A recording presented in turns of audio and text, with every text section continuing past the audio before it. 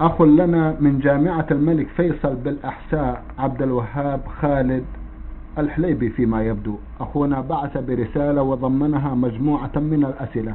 يقول: شخص أراد العمرة فأحرم من الميقات فصادف بردا ومطرا شديدا، هل يجوز أن يلبس شيء على الإحرام ليقيه من البرد والمطر أم لا؟ نعم، لا بأس يلتحف بعباءة أو شبه ذلك أو لحاف ثخين بطانية أو غيرها حتى تقيه البرد والمطر، لا بأس، لكن لا يغطي رأسه. أما إذا كان يحتاج إلى غطاء الرأس لأنه يرى أن عليه خطرا في ذلك فإنه لا مانع يغطي الرأس وعليه الفدية، وهي إطعام 6 مساكين لكل مسكين نصف صاع من التمر أو غيره، أو صوم 3 أيام، أو ذبح شاة، أحد الثلاثة. هذا إذا خاف على نفسه من المضرة العظيمة إن لم يغطي رأسه. أما كونه يلتحف على بدنه ببطانية أو مطرحة أو عباءة يطرحها عليه لا يلبسها اللبس العادي بل يطرحها عليه لتوقي البرد والمطر فلا بأس بهذا ولا شيء فيه.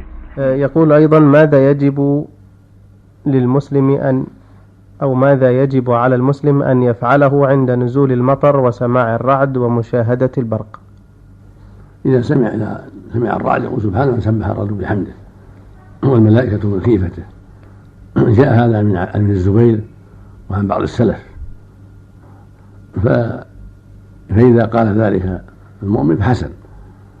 أما عند نزول المطر فيقول: اللهم صيبا نافعا مطرنا بفضل الله ورحمته. هكذا جاءت الأحاديث عن رسول الله صلى الله عليه وسلم، يقول: اللهم صيبا نافعا، اللهم اجعل صيبا نافعا مطرنا بفضل الله ورحمته.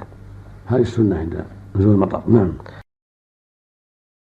كلما رأيت المطر أخشى أن يكون عقوبة من الله لأننا لسنا أهلا له. هل هذا المطر يكون استدراجا من الله لنا؟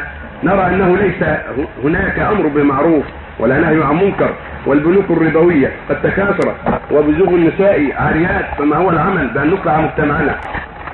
على كل حال رحمة الله أوسع وعفوه سبحانه وتعالى، وفي الناس الصالحون وفيهم الأخيار وفيهم الفقراء والمساكين وفيهم الدواب وفيهم الأطفال، قد يرحمهم الله ببعض الصالحين منهم والخير الطيبين منهم. وقد يمنع الله المطر بسبب فسق الفاسقين وظلم الظالمين، لعلهم يرجعون، لعلهم ينتبهون، لعلهم يتوبون. ولكن ربنا أوسع، فقد يعطي الكفرة وينعم عليهم بالنعم العظيمة وهم كفرة، صب عليهم الماء وينبت لهم النبات ويدر عليهم الأرزاق حتى تقوم عليهم الحجة وحتى تكون العقوبة أكثر، ولا حول ولا قوة إلا بالله.